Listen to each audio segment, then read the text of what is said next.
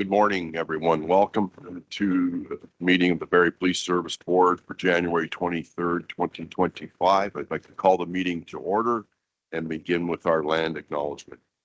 In keeping with Indigenous protocol and building respectful relationships between Indigenous and non-Indigenous peoples in Canada, it is customary to acknowledge the traditional territories and ancestral lands of Indigenous peoples.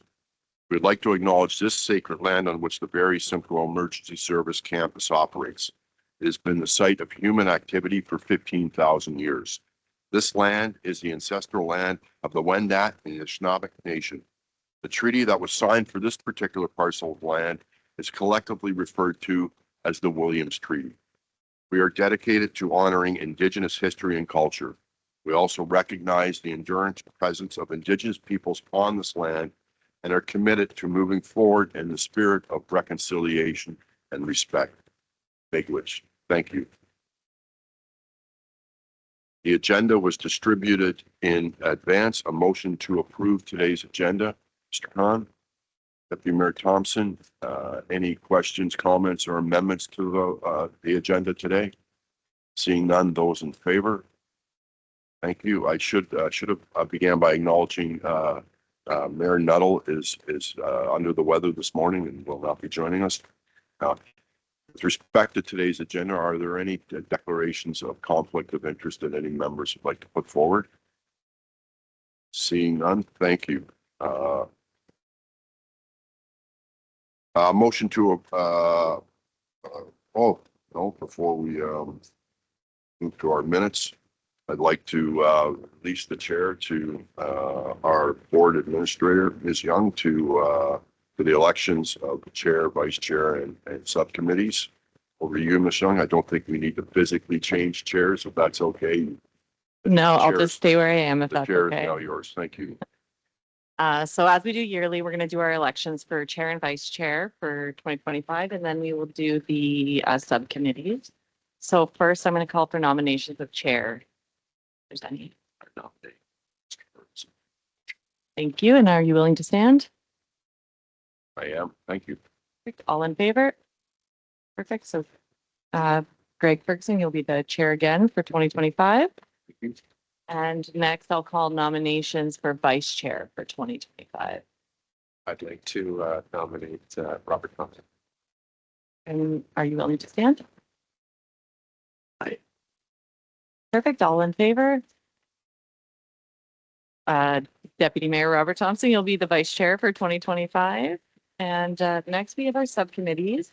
The first subcommittee is the budget subcommittee, which is the chair and one member. So if you have any nominations for a member with the budget subcommittee? Are you willing to? That's okay. Are you willing to stand? Okay, all in favor? And next we have our policy and bylaw subcommittee, which is the vice chair and one member. Are there any nominations? Nominate Mr. Khan. Are you willing to stand? I am. All in favor? Perfect. I will add that there. And that just confirming for our subcommittees, we have Lynn Strawn, who is going to be part of our bylaw subcommittee, along with the chair, Greg Ferguson. And we have Deputy Mayor Thompson, who will be part of the policy and bylaw subcommittee with her. Thank you. Thank you. The chair is back to me. In our package was our minutes of our meeting of December the 19th, 2024. A motion to approve those minutes, Mr. Khan. Deputy Mayor Thompson, any comments, amendments, or changes to those minutes? Seeing none, all those in favor? Thank you. Chief, I'll hand it over to you to deal with or to present to us the results of our 2024 Community Safety Survey. Chief Johnson, please. Thank you, Chair. And I do recognize that the board has weighted these results. Thank you for the patience. There was some analysis done, and that does take time considering response rate that we did get this year. Don't spoil any surprises here, but I'm going to turn over the mic Victoria Lubich, our Stratcom section, walk you through the survey highlights, and we will then address what I would sure will be many questions regarding this, because again, this is from our public, percentage of them, and they're valuable input. Victoria? Welcome, Victoria.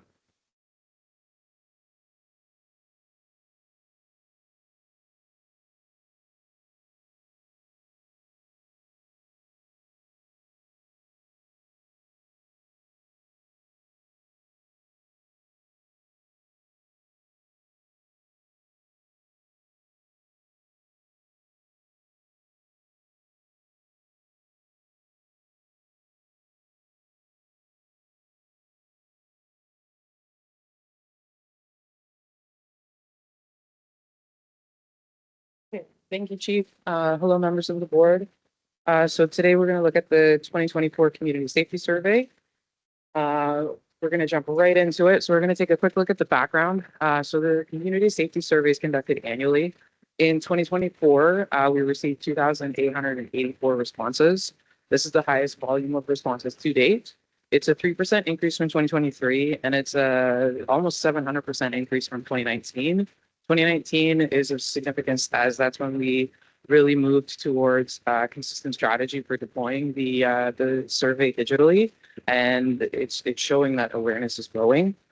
We've also continued our robust communication strategy, which uses online and in-person outreach. There's more details within the report. And then first and foremost, we're going to take a quick look at the survey structure. So the 2024 Community Safety Survey was reduced in size from 2023. We retained 4 questions for year-over-year comparison and alignment with the strategic plan and streamlined structure. This was mainly to mitigate survey fatigue. So in the past, we've had around 60 questions. 2023 in particular had 60 questions. This year we had 38, which was about a 37% reduction in the size of it. And that was one of the key areas of feedback when participants had open text responses. They were indicating it's a very lengthy survey. Some of the changes to question structures, very subtle word changes, the orders of the question. So last year we started by immediately inquiring the public with regards to their perception of public safety. This year, again, to reduce that survey fatigue, we put the order of questions so it was with BPS interactions with the public at the forefront of the survey. There's simplification of questions and introduction of multi-select options. That's why sometimes throughout the report, you'll see some sections have greater than 100% for response volume. We're going to touch on that today too. And there's modernization of some of the questions. So there's stronger alignment with our strategic plan and the build out of that document as we move forward. So jumping right into respondent demographics, one of the keys here, please note these questions are not mandatory throughout the survey, and the respondent demographics are self-identified. So just kind of setting the page here, on average, 72% of survey respondents participate in demographic questions, which equates to about 2,076 people. Yet we had 2,800 respondents, so it's not fully representative of everyone, but it is a significant volume. The majority were female, 67%, or sorry, 66% of our respondents were female. And then when you look at age groups, the largest grouping was between the ages of 30 to 59 at about 64% of our respondents, which is consistent with past years. Looking at, there's a question with which group do individuals identify from. One of the keys with these categories or these selections, they're based off of the census. So they're based off Statistics Canada census data, and that's how these categories are selected. And so that we can actually compare to that data set. So it's predetermined in that way. This was also a multi-select, so you may see some people identifying with the majority here, which is white, but they may also identify with another grouping as well. So this is what we found with the groups that individuals belong to. Looking at which household total income group individuals have, the majority is between 50 to 150,000. Now in the report, it's a lot more detailed and the questions designed in a consistent format with past years. For comparison purposes, I put them into categories of 50,000 ranges. So then we can actually compare proper range sizes as well. And the last area with regards to respondent demographics, the question that was introduced over the past two years is whether individuals have completed the community safety survey in the past, yes or no. This is actually an area of great significance because 73% said no, which means we're reaching new audience.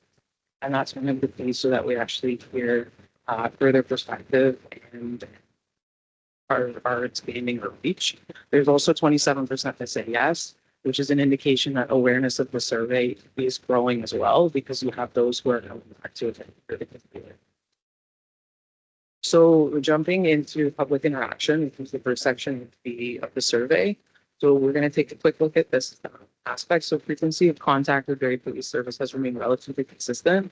You can see there's 3 years shown here as with additional detail in the report. The 5 primary reasons for contact are as listed. So you have reporting of crime, 20%, call to 911, 18% other at 11, general community engagement and community events.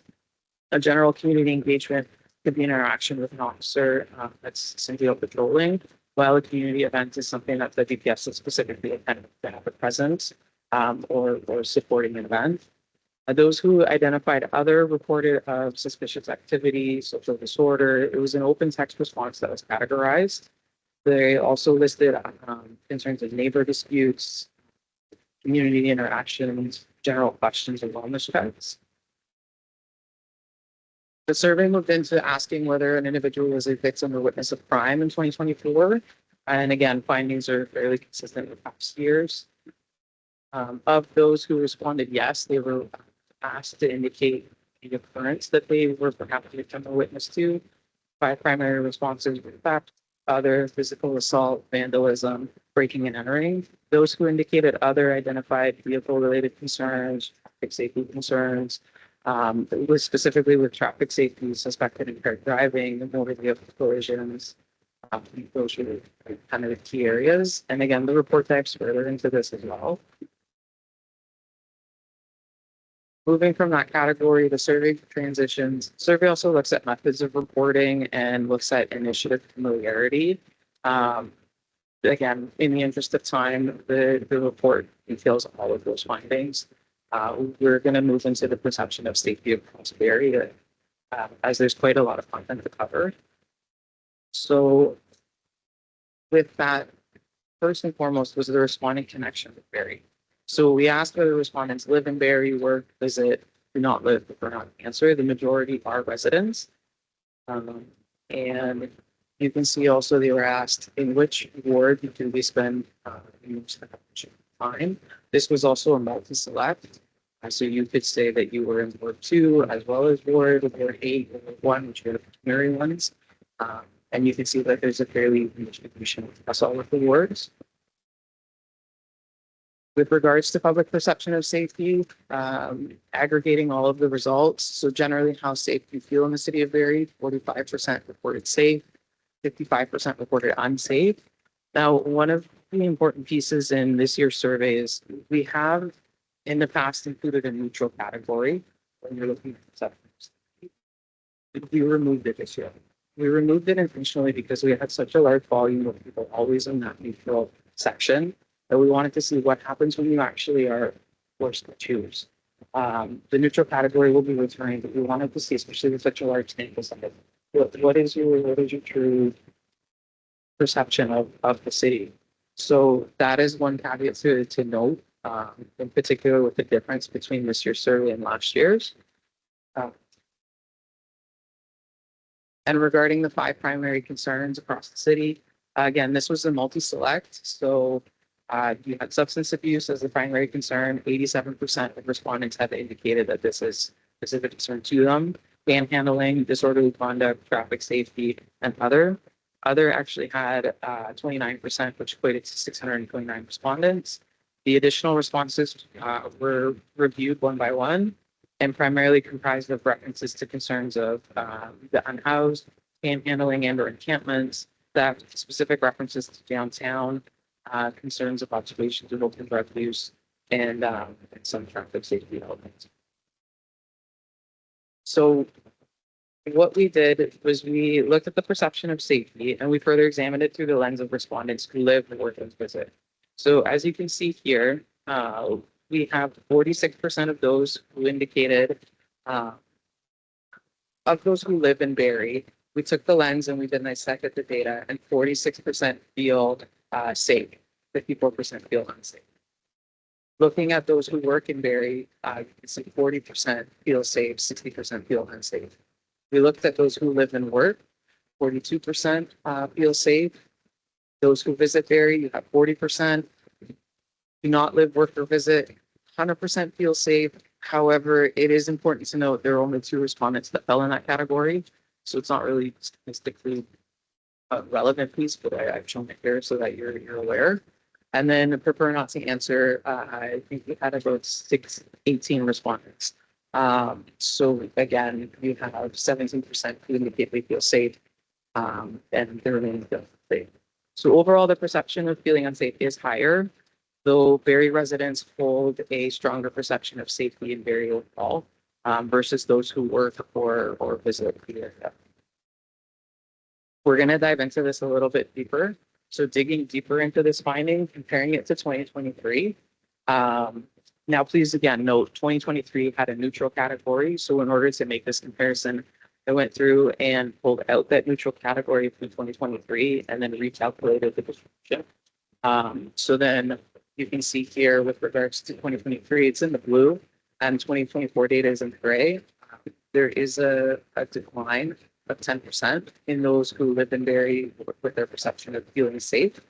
And then you'll see again, for those who feel unsafe, there's a 10% increase. So with that in mind, it's a comparison across both years. And we will be looking at a little bit more comparisons in this nature as well throughout the presentation. Moving forward, the survey asked respondents in which areas they feel safe or unsafe.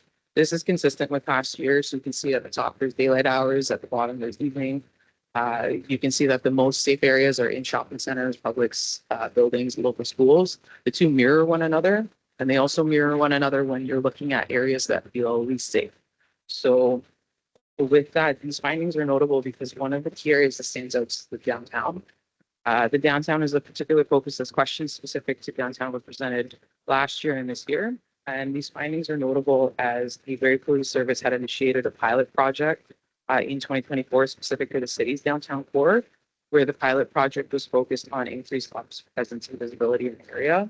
So we're going to dive a little bit deeper into the downtown specific data. So with this, respondents were asked how frequently they visit the downtown. In 2024, 45% indicated frequently, 34% occasionally, 20% rarely. Of all the respondents, the 5 primary concerns within the area were identified as substance abuse, disorderly conduct, physical assault, panhandling, and gang activity. Once more, this was a multi-select. In the survey report, it does show also proportional distribution. So if this was equating to a total of 100%, then what volume would it actually be? Those who selected other were all of gang activity, and other items noted were responses primarily comprised of concerns regarding theft, social disorder, being unhoused, and open drug use. So looking at the perception of safety in downtown, we explore this in 2 ways. One, as shown in the report, was looking through the responses collectively. The second, as also shown in the report, is here on the slide, where we look through the perception of safety during daylight and evening hours based on respondents' frequency of visits to downtown. So as you can see, those who are frequently in the downtown, 39% felt safe during daylight hours, 10% are, and the remaining 61% felt unsafe. In the evening, it drops to 10%. When you look at those who are occasionally in the area, you have 38% feeling safe during the day, 5% during the evening, and then those who are rarely in the area, you have 25% who feel safe during the day, 3% during the evening. So although there remains a large volume again of those who feel unsafe, those who indicated they are frequently in the downtown do have a stronger perception of safety in the area. Once more, digging deeper into this, we're going to take a look at 2024 versus 23. So on the screen here, you can see 2023 information. Again, that neutral category has been removed. And when you look at 2024, for those who feel safe, there's really minimal change between the two. And you can see again, when you look at those who have a perception of feeling unsafe, 2023 data, and then moving to 2024, again, it's relatively consistent. So moving into perception of police presence, which is a key area around the downtown pilot as well, and is explored in this presentation. So looking at observations, whether there was an increase or decrease, the blue bars show perception for 2023. And then you can see there's actually an increase from last year to this year of those who saw an increase in presence. However, when asked specifically with regards to the downtown, looking at the aggregate data, only 7%. Only 30% indicated that there was an increase in the downtown. So this is looked at further based on the lens of respondent frequency in downtown. So those who are occasionally in the downtown, 35% indicated there's an observable increase. For those who are occasionally, 27%, rarely 25%. I prefer not to answer again, had a very small grouping of respondents. They've had 60%, but there was 5%. Looking at public confidence, building off of these elements. So the survey went further and asked with some subtle word changes. It explored how well respondents perceive the BPS being available when needed. So 2023 data is shown here in blue. And once again, you can see there's 2024 information. So there's a slight decline. Moving into being visible on the streets, have those the data sets in 2023 in the blue. And then it's fairly consistent across those who agree. But then you see a bit of a shift from neutral to the other category in 2024. And then the same in addressing crime. The survey also looked at whether the public agrees with any of the following statements, and the report goes in a lot more detail on this as well. So whether the public feels comfortable and confident approaching a BPS officer. So the data here is shown in the blue, 67% said they agree. It actually went up 3% from last year. And then looking as well at those who trust the BPS will be objective in their investigations, it remained relatively consistent. And those who support the Barrie Police Service increased as well. So went from 73% in agreement to 75%. And as mentioned, the report detailed these findings further and provides additional insights. Another area that was covered in the report is also traffic safety. This was a more robust section last year and this year as well. We asked respondents if they drive a vehicle in Barrie, to which the majority said yes, as we can see here, 93%. When asked if drivers feel safe driving a vehicle, the majority said yes, 61% feel safe. And primary safety concerns, this was an open text response that we went through and reviewed line by line. So it shows our primary safety concerns are vehicle speeding, traffic light infraction, careless distracted driving, driver aggression. And there were other areas as well. Noisy muffler was brought up, but it was not as prominent an item within the traffic safety concerns. And it's all listed again in the report for all the different aspects that were noted in it. With regards to additional insights and findings, there was at the very end a final question in the community safety survey where it's again open text and the public can respond with any comments, additional feedback we can put it forward. We had just over 1,100 respondents. We went through every statement line by line, and basically all the input after it was reviewed, there were certain themes that emerged which aligned with other data throughout the survey as well. Some of those themes included the downtown Barrie, concerns of encampments, unhoused individuals, observations of panhandling and public substance abuse. Traffic safety was very prominent with concerns of vehicle speeding, traffic light infringement, and distracted driving. Now, when they mentioned, when respondents mentioned distracted driving, it included reference also to suspicions of texting and driving or phone use while driving.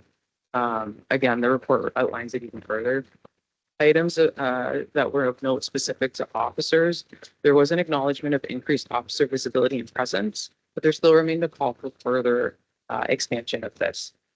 There's also notes around officer response times, officer accountability and approachability. The ask was for also increased foot patrol and community outreach and engagement. Again, notes that acknowledge there was an increase, but there's still that ask for more. Youth interaction, presence in your schools, and increased volume of frontline officers. Furthermore, there was also a call for an increase in public communications, just to be more timely in a sense was what some of the comments were saying. Safety of public parks was brought forward. There were some notes of observations of theft throughout Barrie, and some respondents noted social assistance is important to address concerns that they actually raised within their open text, but they went further to state that social assistance is also beyond the scope of policing. And they started offering suggestions as well for moving forward.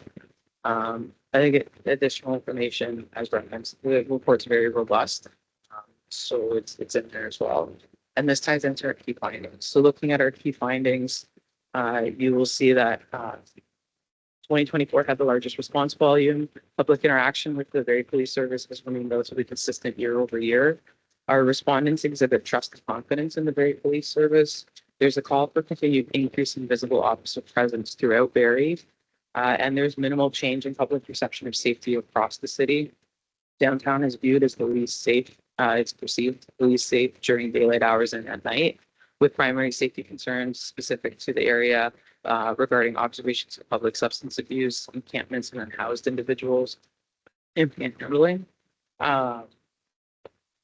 So those are really the key findings. Again, the report will detail it a lot more. And then just moving into next steps, we're continuing to review the findings in detail and apply it to our initiatives, which we have some community safety projects specifically that include the continuation of traffic hotspots, enhanced downtown pilot, increased special constable and officer visibility, enhanced external communications.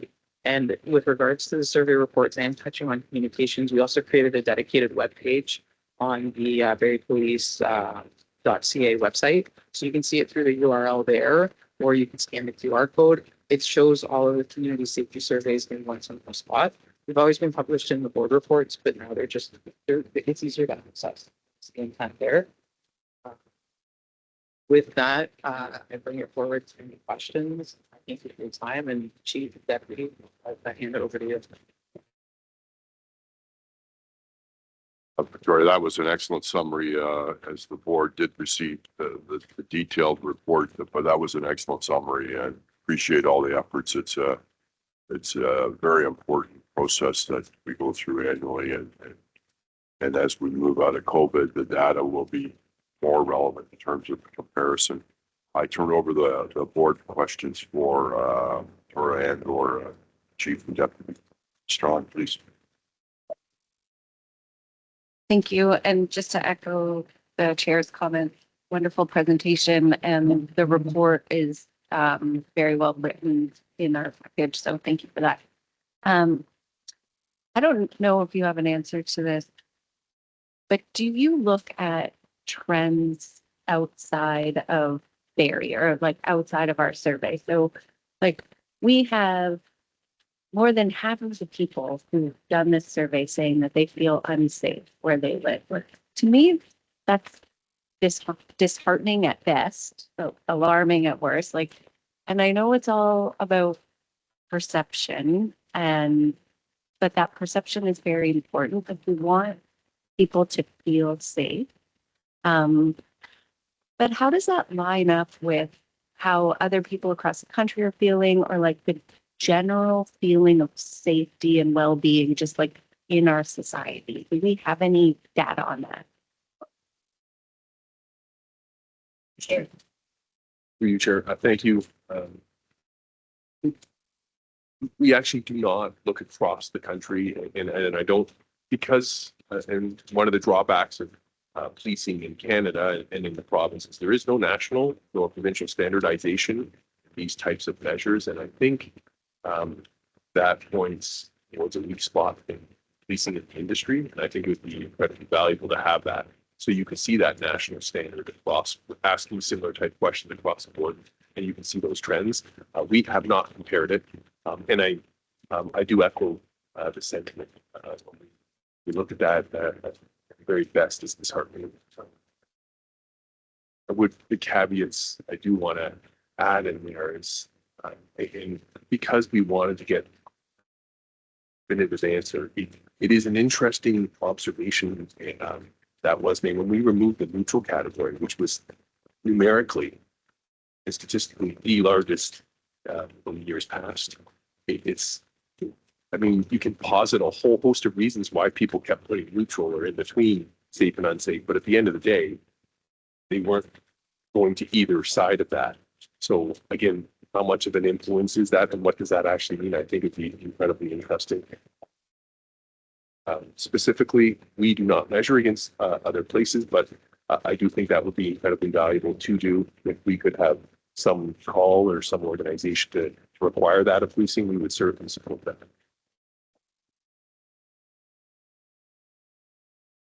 Thank you. I guess one more question, kind of like along the lines of perception of safety. Is there a way to compare, like, statistically and I know we have this, like, we have the information about the level of crimes occurring in the city, the amount of, say, violent crimes, all of these things, like things that are unsafe. And then we have the community safety, like the perception. And I know it is from the reports reading historically, like they don't line up. They're not even close.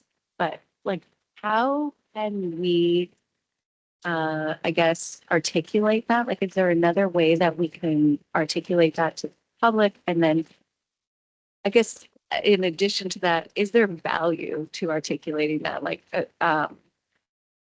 in helping people perceive a greater sense of safety and security within their own community? Through you, Chair, and thank you for the question, Strawn. It is incredibly valuable. People who took the time to fill out this felt that this is their perception, and that matters, and that psychological safety is incredibly important. And you do point to the reality that we face, that the board will see next month, a very robust and in-depth reflection on what actually is occurring in terms of the crime within crime and arguably far more, it's social disorder than crime, but we still suffer crime like any given population. And there is a huge dissonance or a break with what actually occurs with what people perceive occurred. There are a whole host of reasons that occurs. I would posit certainly, and I think this is a national, if not international observation, that media, social media, all types of media, there's a gravitation toward that negative reflection, and it affects people.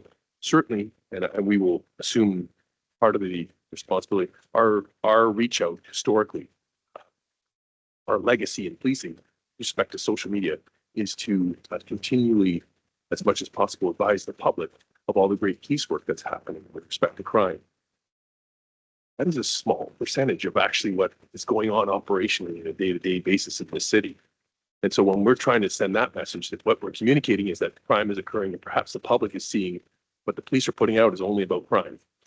And so we struggle with, we're surprised that people don't feel safe when we're feeding that perception daily. So, and that is impactful in that we want people to feel safe. Now, there are a number of things that we can do. We are looking at our internal and external communications. We are certainly looking at our deployment and the response. And to be quite frank, I do want to, and I am very thankful to the board, the direction with respect to the ask in terms of what does improved policing in the downtown look like even more. That onus placed upon the organization, we are going to attempt to address this year and then revisit this.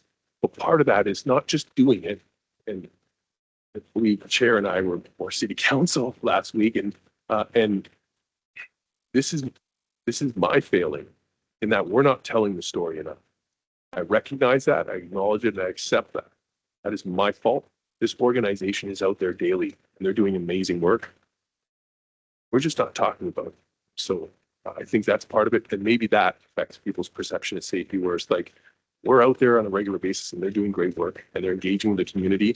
And the people who actually, like, when you speak with officers on your worst day, it can go so much worse, but it is quite generally a positive interaction to how you treat it. So we're not communicating that enough, and that falls to me.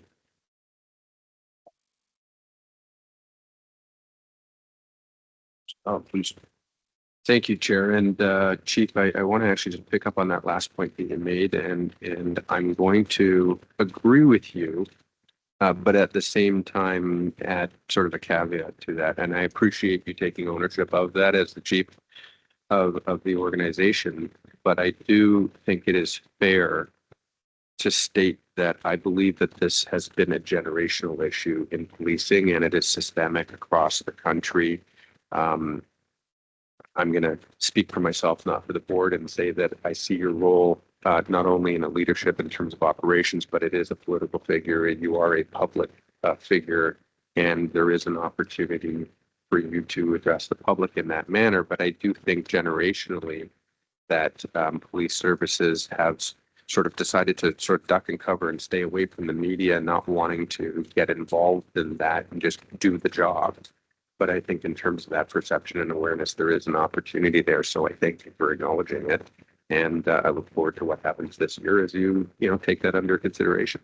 I'll also refer to the gentle lob that I think I heard you send this direction when you referred to the fact that this service doesn't necessarily have a mechanism to share or receive data from other jurisdictions.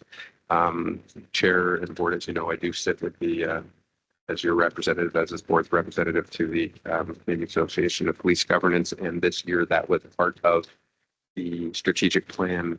And you would see a report in your email, I think as recent as this morning, stating that creating that center of aggregation for data and then sharing that data is a top priority this year. And that will be coming out, sort of mid-year.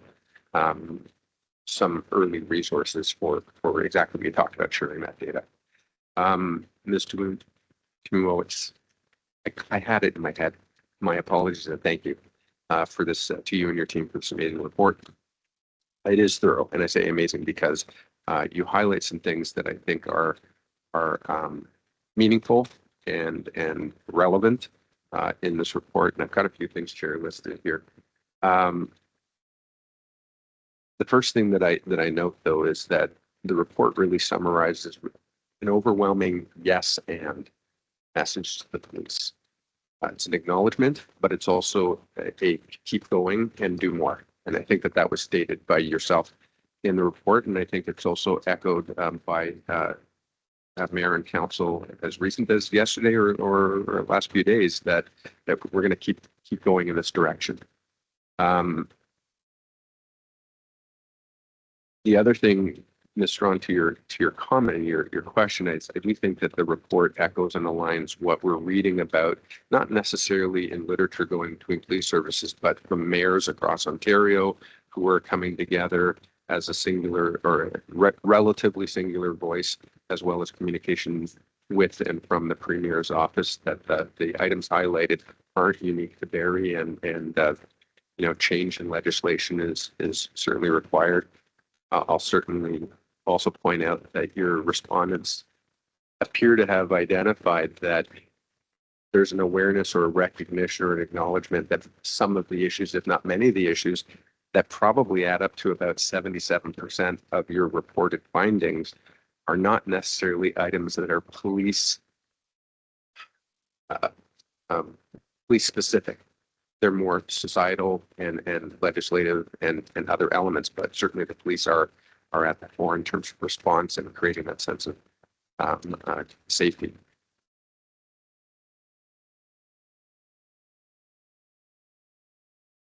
The report also identified a relatively lopsided respondent in terms of demographic. it was in and around the 87% or 81% range, I think, being Caucasian in particular. But I just looked it up really quickly, and in 2023, it's actually 87% of Barrie's community is Caucasian. So it's not out of line. It's pretty close to in line with that. So I don't take that as sort of alarming in any sense that there were that other demographics didn't participate. I think they relatively, participated in alignment. Something that I have though for you as a question, that back to Ms. Strong's comment, not necessarily what the police are doing, but what the perception of the police are doing. The one thing that I'm wondering what we can do in terms of communication is, I don't remember if it was around 45% respondents advised that they thought police do nothing, was one of the responses to reporting crime. Why don't I report crime? And that the police do nothing. We can roll out as many facts as we want to in terms of how busy our officers are and what the triage, mechanism is, and how many, what the priority of response is and what the turnaround time is, et cetera. The question is around communication of the police do nothing. And I'd encourage maybe chief in your organization to get creative on getting that information out there on how we do this. And I don't know if there's an answer in there. Through you, Chair. Mr. Khan, thank you. So with respect to the, and in particular, last point, the police do nothing. And again, there's a whole host of reasons, as you can imagine, why people may perceive that. And in some cases, that nothing, maybe there is nothing that the police are able to do, but that would still be perceived by that individual that they're not doing anything. And again, with respect to whether the if a crime did actually take place or not, there's a whole host of reasons. But as an organization, we've certainly already taken steps to address, in particular, what historically police have they've been paid attention to, but not focused on. And this year, you will see, as an organization, we have dedicated resources, and we are. It's not. I don't want to use the term targeting, but we are specifically looking to alter our interaction with victims of crime, because it is incredibly important. If you have been victimized, the experience of that victimization, and it's not the outcome.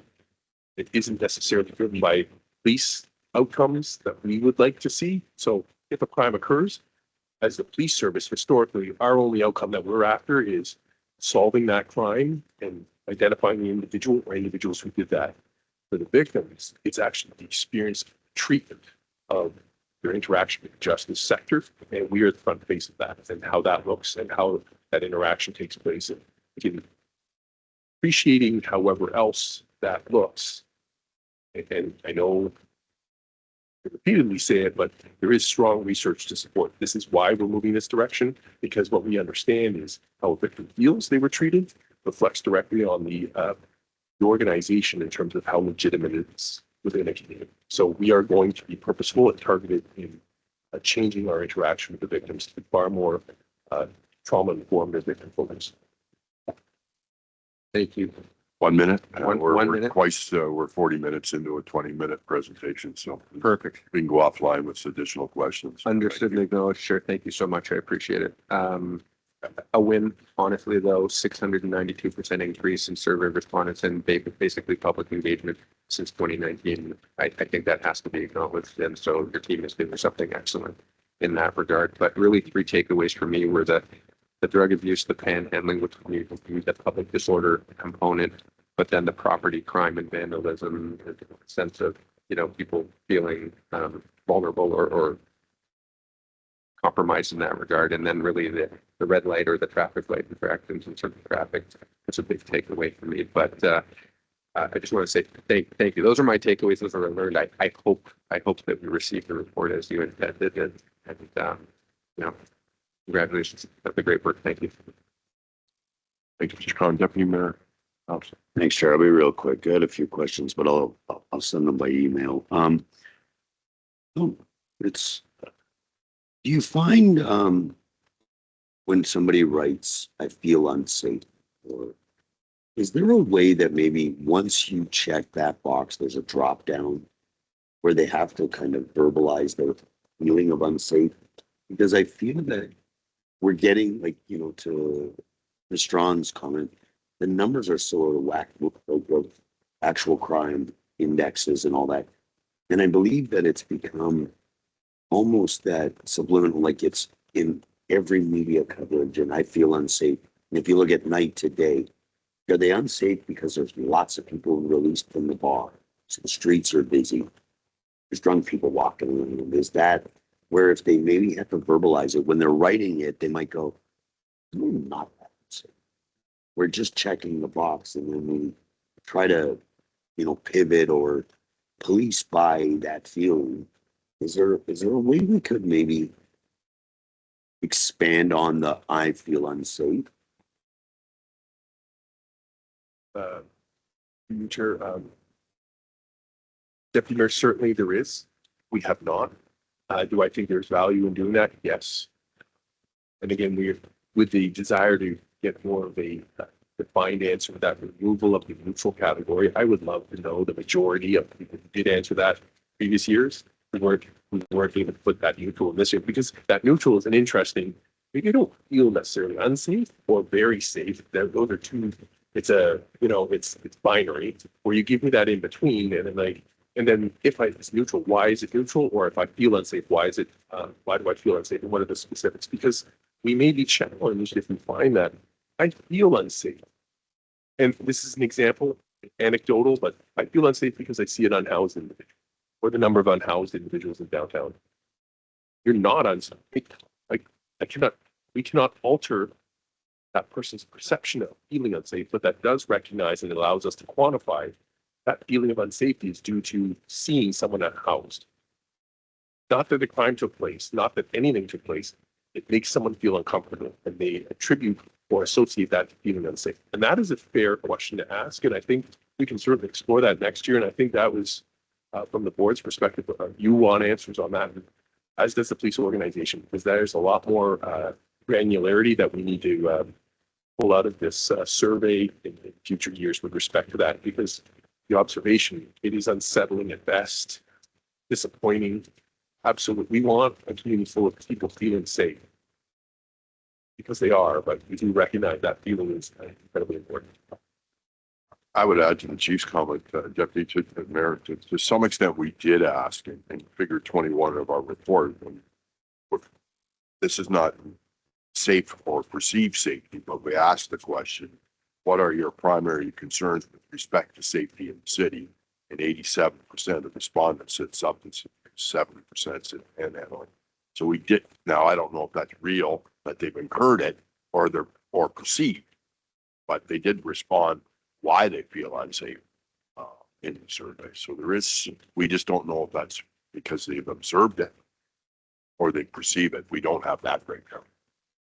Yeah, and that's kind of my fear. It's like it's all over the media and everything. It's something we're talking about. It's it's not an attack on homelessness, on housed people. It's we have the lawless is where the community is actually they're fed up looking at lawless behaviors and stuff, and that's where we're hearing it.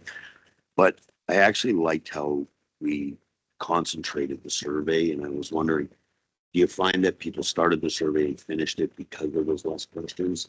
And maybe that's something we could look at going forward, that the questions give people opportunity to write something. It's not just check 30 boxes and I think this will help us with data if we can actually laser focus on what we're trying to achieve in its direction of this board in the survey. Thank you for. Any other questions? I just conclude again that, I thought the report was well done. 3,000 respondents is a significant sample size, in my opinion, as a former statistician. I think that's, and the increase. And to some extent, more importantly, that it was 75% of the respondents had not. So we are reaching different members of our community. So I think that's very important when we analyze this data. And the last point Mr. Khan and I had a brief discussion. Chief, would the board expect a report back in a month, 2 months, 3 months to say, okay, as a result of the survey, these are some operational changes that we were implementing, or these are things we're discussing within the organization? Is there a response from senior command as a result of the survey that the board could anticipate? Thank you, Chair. We can put that together. I think as you see, as this year progresses, already in place are plans which have not, and I mean, there are initiatives and things to roll out over the next year, but we will certainly look at the major issues in the areas identified and attach those to where we're already looking to target, address, and where we aren't, and certainly explain the why we aren't. And I don't think there's going to be any of those, because we are cognizant of the importance of impacting how people feel. Thank you, sir. And thanks again, Victoria. Well done. Moving on to our agenda, there were 4 items in today's consent agenda. 2024 firearms reports, sexual violence review, human resource report, and public campaigns. Motion to receive those consent items, Mr. Khan. Deputy Mayor Thompson, any questions, comments, or any of those pulled, please? Ms. Khan, please. Or Ms. Strong, please. A quick comment, which I think maybe falls in line to our presentation, but the sexual violence report that we have in our consent package is very positive in demonstrating that our officers have met people with a compassionate response to reporting crimes, and they've seen very positive outcomes. And so, like, I'm hoping that we can communicate that in some way, and hopefully that will help others who have experienced sexual violence come forward, because they can see that others have had, I'm not going to call it a positive response, a compassionate response, and have been supported by our officers. Like, if we can get that message out there somehow to support others who might be experiencing this type of violence, I think that would be beneficial to our community. I agree. That's the same, what I read the report, the same feeling I had, that there's some excellent work being done, and the work is making a change in our organization and how we do things, and a very positive change. So thank you for that comment. Mr. Khan, please. Chair, real quickly, this actually ties back to the survey. If I'm not mistaken, the application that's available to members of the public is it Speak Out? Speak Out. And I did notice that from a communications standpoint or a public awareness standpoint, that was lagging behind some of the other familiarity that the public had about resources. And I'm wondering if that could be included in the communications strategy going forward, just sort of bolster the awareness around that. Chief, please. Thank you, through you, Chair, and thank you for all of that, and identifying that as part of, so that is happening, but our ability to communicate or effectively communicate hasn't been targeted as effectively as we want. I think this needs certainly to address that, but that doesn't speak in reality how our officers are interacting with those victims. It is an incredibly, it's a huge shift, seismic from where historically, not that we were really outcome focused and our people were doing their job, but this is, they're doing that in addition to focusing on the interaction and sensitivities that go toward that. So certainly we will be targeting that more effectively. Anything else? Thank you. There is a motion to approve the appointment of Sarah Bamford as a police constable of Barrie Police Service as per section 83(4) Community Safety and Policing Act. A motion, please, Mr. Khan. Deputy Mayor Thompson. Any questions, comments? Seeing none, those in favor? Thank you. Over to you, Chief, for your monthly update to the board, please, sir. Thank you, Chair.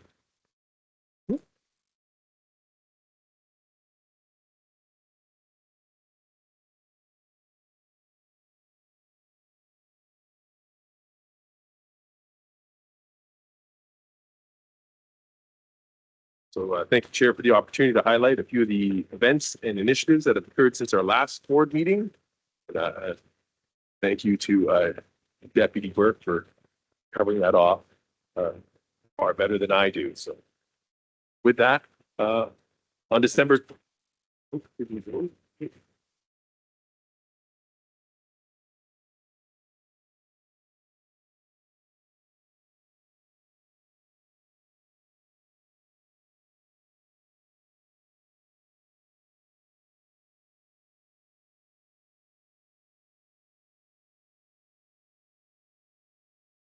On December 23rd, Danielle Hutchinson and Constable Jackie Parkin delivered the donations received from the 2024 mitten tree.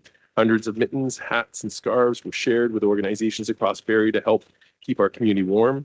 A special thank you to Danielle for coordinating the mitten tree again this year, and to our dedicated donors, many of whom knit and crochet throughout the year to support this program. I'd also like to recognize and thank all of our members and partners for life team members. BPS donated 121 units of blood. In 2024, we continue to hold regular blood donation events and welcome any donors who would like to join BPS.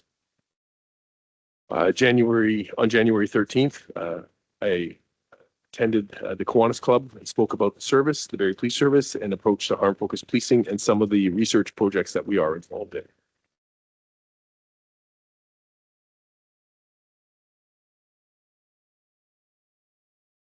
Thank you to special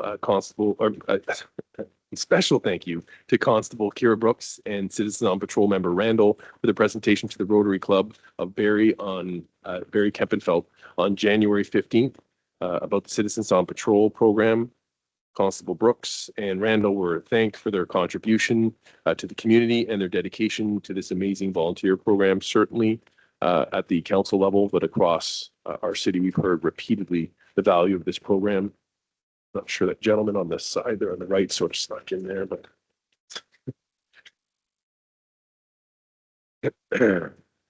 it's time again for our annual polar plunge in support of Special Olympics Ontario. This year we're holding our plunge as part of the City of Barrie's Winterfest event.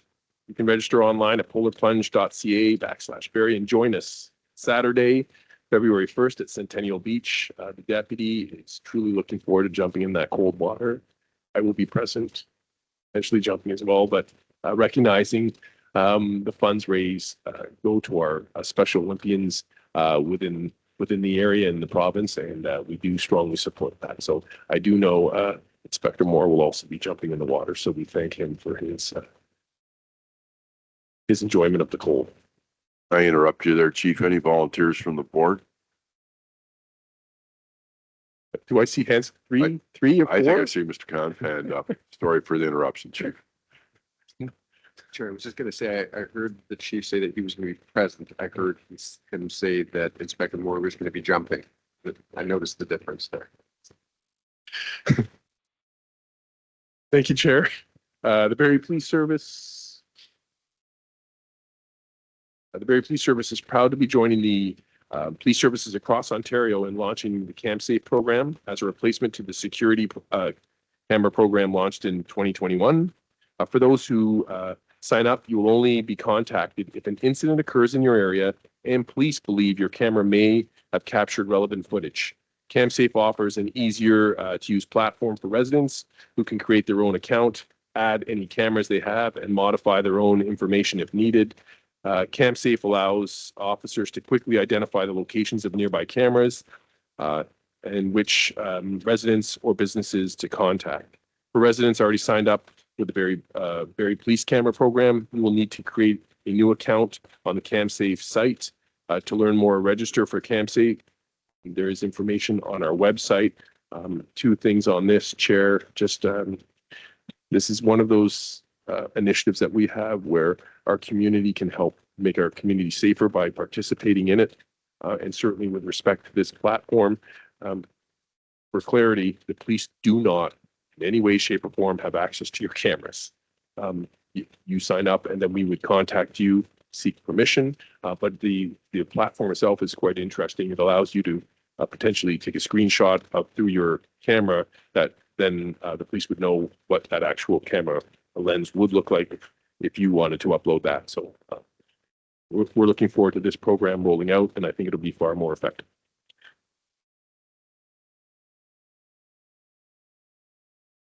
On Wednesday, January 8th, we welcome 6 new officers to the Barrie Police Service. Constables Taylor Collins, Puneet Gill, Ryan Pepper, Marcelo Perez Sura, Mateo Thompson, and Drew Woods. These officers will each be paired with a coach officer for the next 3 months, and we're excited to have them join our team.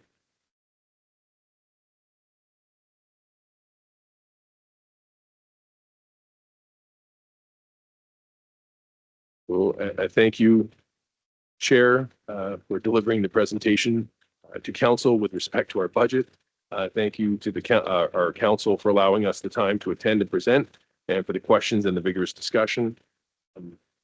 This occurred just over a week ago, January 15th, and for the public, the final vote on our budget will be held Wednesday, January 29th. Just updating the board with respect to some of our regular meetings. We did engage with our city councilor meetings with respect to the service and 2025 expectations, and certainly the budget questions they may have had just with respect to what was publicly already released. I did attend the Canadian Association of Police Governance virtually. There was a summit. I do know Mr. Khan was there, and it was well attended, and a great deal of information was shared there, which I thought was can be and will be impactful for this organization. And our team met with the new CEO of the Canadian Mental Health Association. And again, we are continuing a strong relationship with that organization and their members as we face some complex societal issues which no one organization can address as an individual organization. So we are committed to partnerships across our city. And finally, some highlights of some investigations. On December 20th, a concerned member of the community contacted police to report what appeared to be a passed out driver.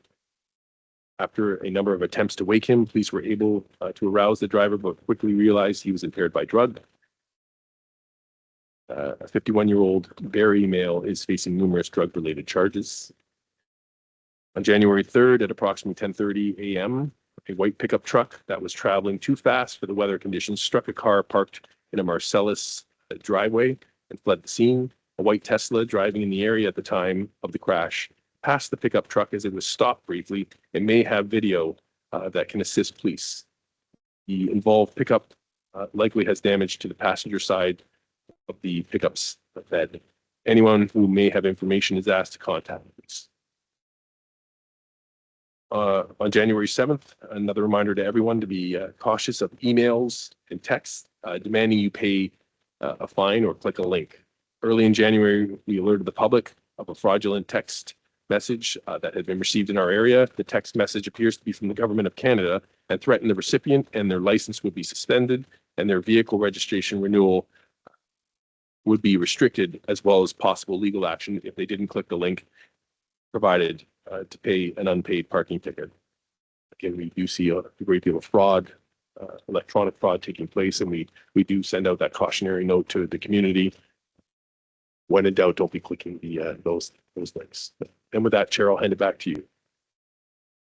Thanks, Chief, for your update. Questions from the board for the Chief?